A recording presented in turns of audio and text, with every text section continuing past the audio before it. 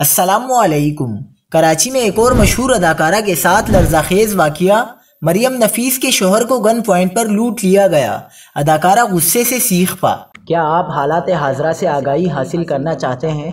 खबर के पीछे छुपे असल हक़ाइक़ जानना चाहते हैं तो अभी सब्सक्राइब कीजिए दिलमिल पाकिस्तान को और साथ ही घंटी के निशान पर क्लिक कर दें। आपको बताते चलें कि अदाकारा मरियम नफीस के शोहर अमान अहमद को डाकुओं ने लूट लिया। अदाकारा ने सोशल मीडिया पर अहवाल बताते हुए तंज़िया अंदाज में कहा कि तमाम स्टेक होल्डर्स को शहर बर्बाद करने पर मुबारक हो। मरियम नफीस ने इंस्टाग्राम स्टोरी में लिखा कि अज़ियतनाक रात गुजारने के बाद मैं इस बात को अपने हद तक महदूद नहीं रख सकती। गुज़िश्ता शाम मेरे शोहर को डाकुओं ने लूट लिया। उन्होंने लिखा कि यहाँ फिक्रमंद होने की बात लूट जाने वाली अशिया नहीं बल्कि सदमा है। किसी ने अमान के सर पर बंदूक रखी। ये सोच एक सदमे जैसी है। उन्होंने गुस्से का इजहार करते हुए लिखा कि ये शहर कुत्तों के हाथों में है। हर तरफ लोगों को लूटा जा रहा है। शदीद ट्रैफिक जाम में भी डाकू लूट रहे हैं। कोई इस शहर के लोगों की फिक्र करने वाला कोई नहीं है।